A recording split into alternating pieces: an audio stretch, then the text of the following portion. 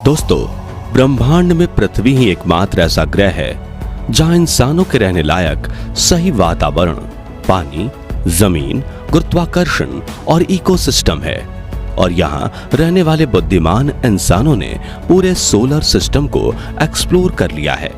यहाँ तक कि इंसान चंद्रमा तक पहुंच चुके हैं और अब मंगल ग्रह पर जाने की तैयारी कर रहे हैं।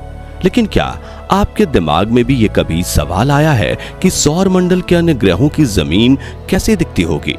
अगर हाँ, तो इस वीडियो को पूरा जरूर देखिए, क्योंकि आज हम आपको सोलर सिस्टम के सभी ग्रहों के रियल वीडियो और फोटोज दिखाकर बताएंगे कि आखिर उनकी जमीन कैसी है और क्या वहां पर भी मिट्टी है, पत्थर है, धातु है या कुछ और साथ ही ये भी जानेंगे कि क्या वहां पर भी वायुमंडल मौजूद है या नहीं। तो चलिए शुरू करते हैं। साथियों, हमारे सोलर सिस्टम में मरकरी, वेनस, अर्थ, मार्स, जुपिटर, सैटर्न, यूरेनस और नेपच्यून जैसे कुल 8 ग्रह हैं और उन सभी के कई चांद भी मौजूद हैं। लेकिन इनमें से कुछ पृथ्वी की तरह चट्टानी ग्रह हैं तो कुछ गैसीय ग्रह हैं जिन पर जीवन की कोई संभावना नहीं है। लेकिन हाँ, इन गैसीय ग्रहों के कुछ चांद पर जीवन मुमकिन हो सकता है। तो चलिए शुरू करते हैं सोलर सिस्टम के इन 8 प्लैनेट्स का सफर। सबसे पहले मरकरी यानी बुध ग्रह की बात करते हैं। तो सूर्य के बिल्कुल नजदीक मौजूद यह ग्रह बिल्कुल सूखा और वीरान पड़ा है, जिनके पास अपना वायुमंडल भी नहीं है। बुध ग्रह की जमीन पूरी तरह से उबड़ खाबड़ है और इसमें काफी बड़े बड़े गड्ढे हैं जो कि कई किलोमीटर तक लंबे चौड़े होने के साथ कई किलोमीटर गहरे भी होते हैं। वैज्ञानिकों के अनुसार करोड़ों साल से अनगिनत क्षुद्र ग्रह और धूमकेतुओं की बुध ग्रह की सतह पर टक्कर होती रहती है, जिस वजह से इतने बड़े गड्ढे बने हैं। अगर आप बुध ग्रह की सतह को ध्यान से देखेंगे तो ये बिल्कुल हमारे चंद्रमा जैसी दिखेगी। बुध ग्रह का व्यास 4879 किलोमीटर है और इसकी सतह पर मिले सबसे बड़े गड्ढे का व्यास 1550 किलोमीटर है। सूरज के सबसे पास होने और वायुमंडल ना होने की वजह से बुध ग्रह पर तापमान का कोई नियंत्रण नहीं है। दिन के समय बुध ग्रह का तापमान 450 डिग्री तक पहुंच जाता है और रात को इसका तापमान गिरकर -176 डिग्री तक चला जाता है। यानी कि इंसान किसी भी वक्त बुध ग्रह पर कदम नहीं रख सकता। एक और इंटरेस्टिंग फैक्ट ये है कि बुध ग्रह का गुरुत्वाकर्षण पृथ्वी के गुरुत्वाकर्षण का सिर्फ 38% है। यानी अगर पृथ्वी पर आपका वजन 100 किलो है तो वह बुध पर 38 किलो ही होगा। चलिए अब बात करते हैं सौर मंडल के दूसरे ग्रह वीनस यानी शुक्र की, जिसे सोलर सिस्टम का सबसे गर्म प्लेनेट कहा जाता है। ऐसा इसलिए क्योंकि भले ही बुध ग्रह सूरज से ज्यादा नजदीक हो, लेकिन उसके पास खुद का वायुमंडल ना होने की वजह से उसकी सतह पर सूर्य की गर्मी टिक नहीं पाती। लेकिन शुक्र ग्रह के पास अपना वायुमंडल है जो कई किलोमीटर मोटी सल्फ्यूरिक एसिड के बादलों की परत से ढका हुआ है। इस खतरनाक एसिड की इस मोटी परत की वजह से जब सूर्य की गर्मी शुक्र पर आती है तो वो रिफ्लेक्ट होकर स्पेस में वापस नहीं जा पाती। इसके अलावा शुक्र ग्रह के वातावरण में 96% कार्बन डाइऑक्साइड है जो ग्रीन हाउस इफेक्ट पैदा करता है। इन कारणों की वजह से शुक्र ग्रह का तापमान दिन और रात दोनों वक्त 460 डिग्री सेल्सियस बना रहता है। ग्रह पर मौजूद सल्फ्यूरिक एसिड के बादलों की वजह से इसकी सतह दिखाई नहीं देती, लेकिन ग्रह पर मौजूद बड़ी बड़ी चट्टानों और ज्वालामुखियों के ऊपरी हिस्से को देखा जा सकता है।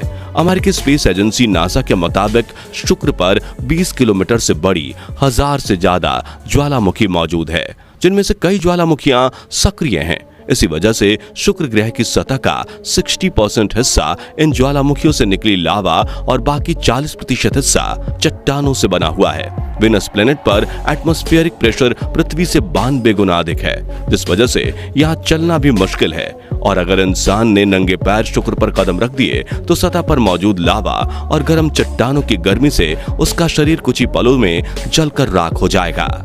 शुक्र के बाद पृथ्वी तीसरे नंबर पर आती है, जिसकी सतह तो हम रोज देखते हैं। इसलिए चलिए सीधा चलते हैं पृथ्वी की चंद्रमा पर, जो पृथ्वी के अलावा सोलर सिस्टम की इकलौती ऐसी सतह है जहां पर इंसान कदम रख चुके हैं। चंद्रमा की सतह काफी उबड़ खाबड़ है और इस पर कई बड़े बड़े गड्ढे भी मौजूद हैं। चांद के पास खुद का वायुमंडल नहीं है, इसलिए यहाँ इंसान स्पेस सूट के बिना जीवित नहीं रह सकता।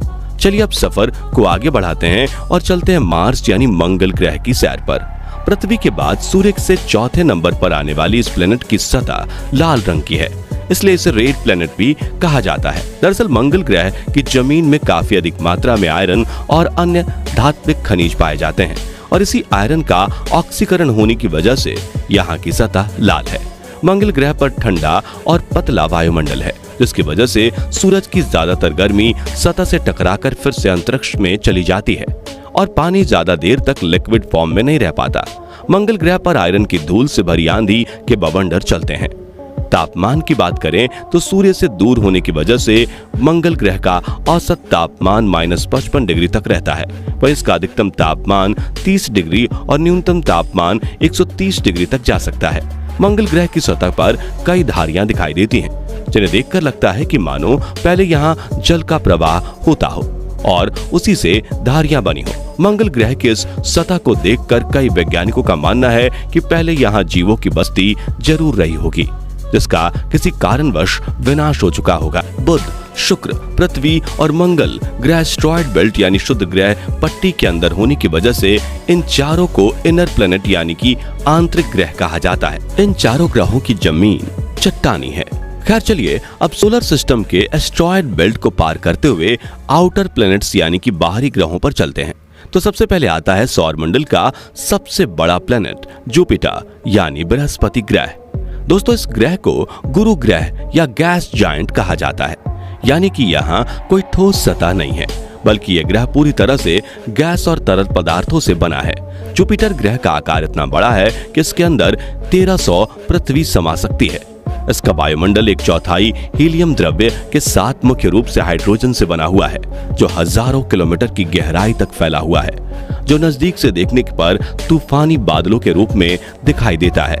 दोस्तों बृहस्पति ग्रह को सोलर सिस्टम का वैक्यूम क्लीनर भी कहा जाता है, क्योंकि यह सौर मंडल में आने वाले बाहरी उल्कापिंडों को अपनी तरफ खींच लेता है और अगर ऐसा ना होता तो शायद वे उल्कापिंड पृथ्वी या अन्य ग्रहों से टकराकर भारी तबाही मचा देते। इसी तरह साल 1994 में एक बड़ा धूमकेतु पृथ्वी की तरफ आ रहा था, लेकिन बृहस्पति ने उसे अपनी ओर खींच लिया और एक भयंकर विस्फोट के बाद सब शांत कर दिया। दोस्तों अब बात करते हैं सैटर्न यानी कि शनि ग्रह की। इसके चारों ओर एक खूबसूरत रिंग दिखाई देती है, जो जमी हुई बर्फ के छोटे छोटे पार्टिकल और चट्टानों के टुकड़ों से बनी है। जब ये बर्फ सूर्य से आने वाली किरणों को रिफ्लेक्ट करती है तो ये चमकती हुई नजर आती है। शनि भी एक गैसीय ग्रह है, जिसका वायुमंडल 96% हाइड्रोजन, 3% हीलियम और 1% अमोनिया और इथेन जैसी गैसों से बना हुआ है। इस ग्रह पर भी ठोस जमीन नहीं है, इसलिए हम इस ग्रह पर कदम नहीं रख सकते। जैसे जैसे शनि ग्रह के वायुमंडल में नीचे जाया जाता है, वैसे वैसे इसमें मौजूद हवाओं की रफ्तार तेज होती चली जाती है और आपको ये जानकर हैरानी होगी कि शनि ग्रह पर बहने वाली हवा की रफ्तार 18 से 2000 किलोमीटर प्रति घंटे तक चलती है। इसलिए किसी भी स्पेस मिशन को इस ग्रह के पास तो भेजा जा सकता है, लेकिन इस गैसीय गोले के ज्यादा अंदर भेजना नामुमकिन है, क्योंकि ये हवाएं कुछ ही सेकंड्स में स्पेसक्राफ्ट के चिथड़े उड़ा देंगी। चलिए अब सफर में आगे बढ़ते हैं और बात करते हैं यूरेनस यानी कि अरुण ग्रह की। जुपिटर और सैटर्न की तरह यूरेनस भी एक गैस का गोला है और इस ग्रह पर कोई ठोस सतह मौजूद नहीं है। हालांकि इस ग्रह पर बर्फ की मात्रा अधिक है और यहाँ का औसत तापमान -224 डिग्री सेल्सियस है, इसलिए इसे बर्फीले गैसीय ग्रह के रूप में जाना जाता है। इसके वायुमंडल में 83% हाइड्रोजन, 15% हीलियम और 2% मीथेन गैस मौजूद है। इस ग्रह के पास 27 चंद्रमा है और यहाँ एक दिन की लंबाई 17.2 घंटे की होती है। यूरेनस पर मौजूद सूर्य से आने वाली लाल किरणों को ऑब्जॉर्व करके नीले रंग को दर्शाता है, इसलिए यह प्लेनेट नीला दिखाई देता है। आखिर में दोस्तों सोलर सिस्टम के लास्ट प्लेनेट नेपच्यून यानी वरुण की बात करें तो ये भी एक गैसीय प्लेनेट है और अन्य गैसीय ग्रहों की तरह इसके पास भी अपने रिंग्स हैं, लेकिन ये छल्ले काफी पतले और धुंधले हैं, इसलिए इन्हें देख पाना मुश्किल है। इस ग्रह के वायुमंडल में 74% हाइड्रोजन, 25% हीलियम और करीब 1% मीथेन गैस है। इसके वायुमंडल में बर्फीले बादल मौजूद हैं और इस ग्रह के पास भी कोई ठोस सतह नहीं है। गैस और बर्फीले बादलों से बने इस ग्रह का रंग नीला है और इस पर करीब 2000 किलोमीटर प्रति घंटे की रफ्तार से हवाएं बहती हैं। यह सौर मंडल का चौथा सबसे बड़ा ग्रह है और इसका आकार पृथ्वी के आकार से करीब 4 गुना और वजन 17 गुना भारी है। नेपच्यून के पास 13 ज्ञात चंद्रमा हैं, जिनमें से सबसे बड़ा मून ट्राइटन है, जिसे साल 1846 में अंग्रेजी खगोल शास्त्री विलियम लैसल ने खोजा था। तो दोस्तों, अगर आपको भविष्य में मौका मिले तो क्या आप पृथ्वी को छोड़कर मंगल ग्रह पर जाकर बसना चाहेंगे या नहीं? और इन 8 ग्रहों में से आपको सबसे खूबसूरत ग्रह कौन सा लगा? कमेंट करके जरूर बताइए। और वीडियो पसंद आया हो तो इसे लाइक और शेयर करने के साथ जानकारी से भरपूर ऐसे ही कमाल की वीडियोस देखते रहने के लिए हमारे चैनल को सब्सक्राइब करके नोटिफिकेशन बेल को जरूर प्रेस कर दीजिए। मिलते हैं आपसे अगले वीडियो में। धन्यवाद।